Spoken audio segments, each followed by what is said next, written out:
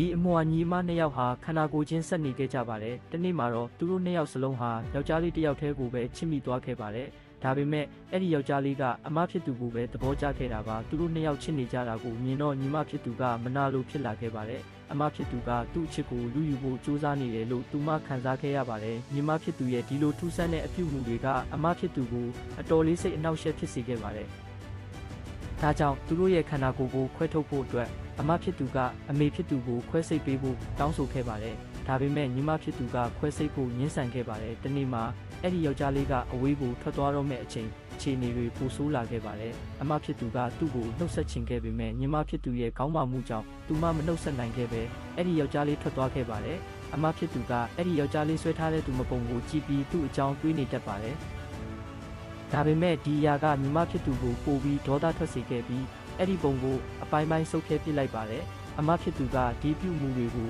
ဆက်ပြီးမခံနိုင်တော့လို့သူမစီကနေခွဲထွက်ဖို့ဆုံးဖြတ်လိုက်ပါတယ်။ဒါပေမဲ့စကားများရန်ဖြစ်နေကြရင်လည်းညီမဖြစ်သူကအမဖြစ်သူကိုလေပင်ညှက်တက်ပစ်လိုက်ပါတော့တယ်။ဒီလျှို့ဝှက်ချက်ကိုဖုံးကွယ်ဖို့သူတို့ရဲ့အမေဟာခွဲစိတ်မှုကိုမဖြစ်မနေဆက်လုပ်ပေးခဲ့ရပါတယ်။အဲ့ဒီနောက်ညီမဖြစ်သူကအမဖြစ်သူရဲ့နေရာကိုယူလိုက်ပြီးအမရဲ့ရည်စားနဲ့ပါလက်ထပ်ခဲ့ပါတယ်။